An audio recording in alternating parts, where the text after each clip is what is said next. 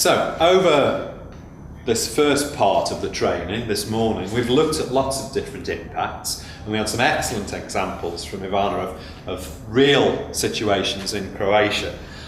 We can roughly split them into these three chapters: environment, social, cultural, i.e. communities, people, and the economic benefit to the destinations. This might also be interpreted as the economic benefit to businesses, depends on the context. We can split the environmental impacts into four: natural resources, biodiversity, we've seen already in the exercise this morning, but often we can group things together as pollution. So noise pollution, light pollution would also fall into that category, as well as your general waste that we know we can physically see. So you've got to think about the non-tangible side of it as well. And then the physical impacts. There's a good example of the physical impacts: deforestation, or this sort of pollution would fall into sort of both here if that pollution then fell on architectural buildings and started to dissolve them because of things like acid rain. That would be a pollution impact creating a physical impact. Okay? Both. We've seen lots of examples this morning, lots of wildlife examples, really good ones about Croatia. Don't know whether or not this has ever happened here, but it's certainly happened in Bulgaria, which is not that far away. Certainly happened in Turkey. This bear is trained to dance, and it's trained by waving a stick in front of it, but that doesn't do it, so you've got to make it move its feet. So you stand it on a metal plate that's been heated up so hot that you can't stand on it because it burns the soles of your feet, so you dance around. And the bear associates the stick with the heat under its feet, so eventually you can take the plate away, and once you put the stick up, the bear dances. Very unnatural, not very nice. And particularly European tourists, they care more about animals than they do of each other. So it's not a very positive thing to have in your product. That's Brighton in the UK after a concert. So it's not just your beach, it's also ours as well. And they didn't realise that people would, because they were going to a concert for 5 or 6 hours, might possibly be eating or drinking something while they were there. They never sort of anticipated that, did they? Till the following day when they saw it all on the beach. They didn't provide any areas for people to put their waste. Of course, at that point, 50% of it was in the sea over here. This is, we mentioned golf tourism. That's a golf course there. Of course, built totally on a coral reef. This is totally artificial infrastructure. This was just water, sea, and reef underneath, and they actually built on the top of it. So there, that over the back is an electricity generation station and a desalination plant. They have them often together in places like this because the desalination plant requires quite a lot of energy, so they go hand in hand. But also it was a place where they did most of the cement works for building all of this infrastructure. This is supposed to be sand dunes for people to go and relax in, and this is a sort of a little marina and a place where people can swim. This is a hotel, looks like a cruise ship, but it's all concrete. And they've got a little, more of a pitch and putt really, than the golf course. This of course is in Saudi Arabia. This is Portugal. And this is just an example of deforestation, again, to create the space for another golf course, as if they need another one, because they've got hundreds already. I don't know how many golf courses you want in a country. I mean,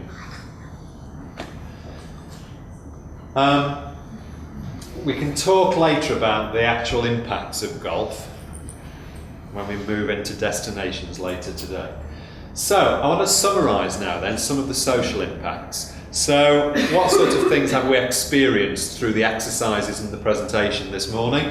Well, we certainly looked at that, didn't we? Commodification. Taking something which is not actually originally intended as a tourism experience, but turning it into one. And that can irreversibly change cultures. A really good example of that is, when I was there 2 weeks ago, they were all nodding their heads when I was training people in Kenya, because of course Kenya is where you find the Maasai, and the Maasai do this traditional dancing where they all leap up into the air. Hope you got that on film. I won't be doing it again. So, but that isn't part of the traditional Maasai dancing. Believe it or not, traditional Maasai dancing is relatively boring. It's not that exciting. So in order to get tourists to go, you have to start introducing things into it which are a little bit more lively. Of course, if you go now to the Maasai, some of them don't realise that that was never part of their origin. It's becoming part of the sort of routine, the sort of the new way of dancing, which is in some respects really quite sad because they're losing part of the cultural heritage. Standardisation, well, tour operators, you know, we are all responsible for this, sadly, because we like to provide guarantees to our customers that wherever they go, they will get pretty much the same. We're better at it these days than we used to be, but when I started working as a rep, then customers coming to me in my destination would expect exactly the same food, for instance, as they would get in any other country that they go to, because they would expect First Choice Holidays to ensure that baked beans, chips and Danish bacon were on everybody's menu. And unfortunately, that eventually starts to degrade again the local culture because they have to do it, so you start diluting local flavours, local traditions, local cuisine.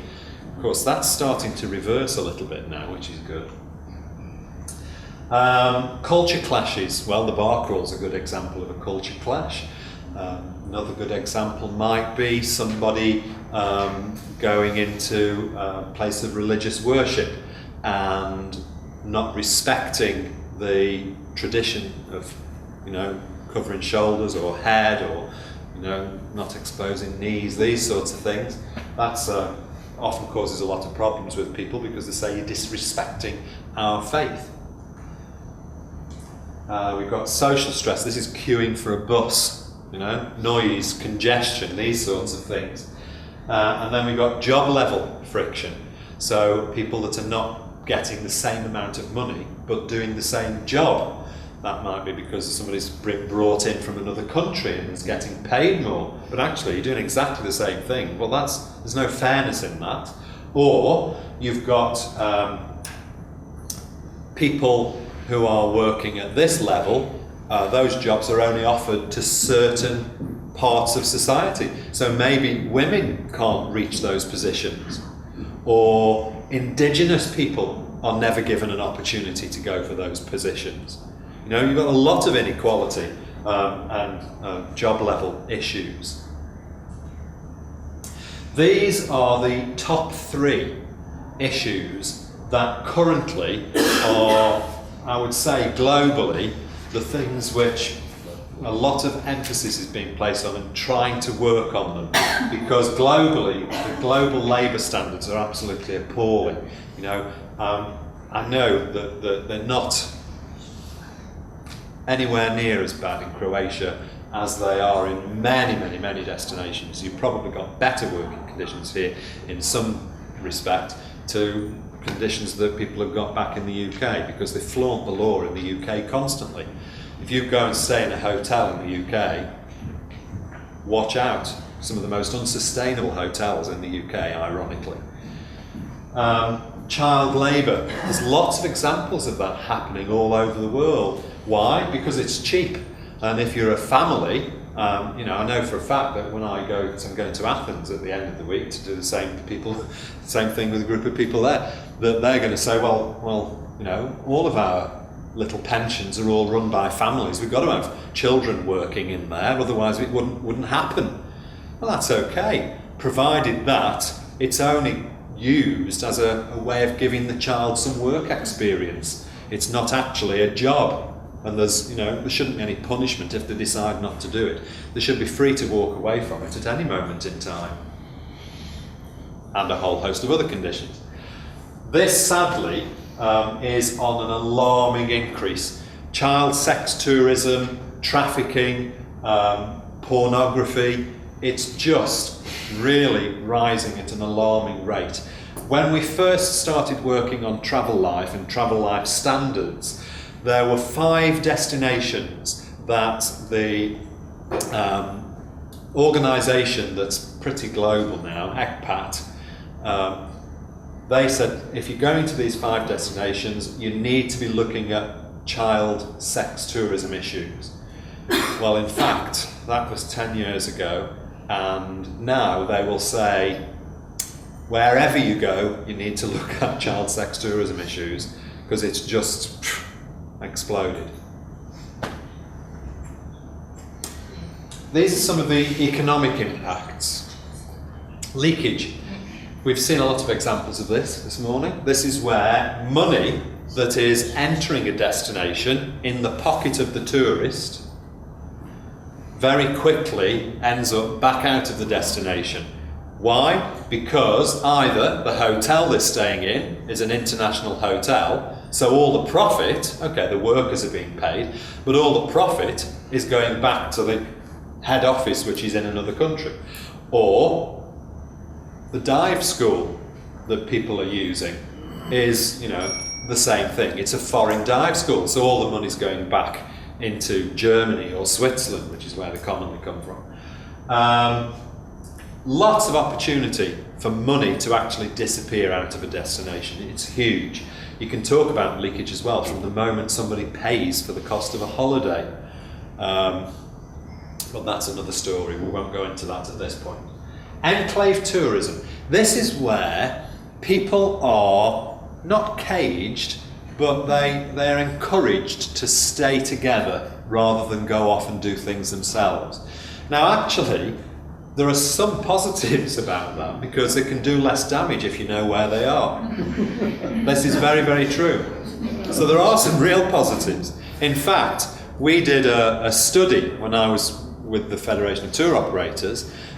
We compared a 5-star all-inclusive hotel in Sunny Beach, 4-star it was, not 5, in Sunny Beach in Bulgaria, to a holiday of the same duration in the rural areas of Bulgaria. It was an adventure trekking type of holiday, and we looked at the two, and you'd be staggered.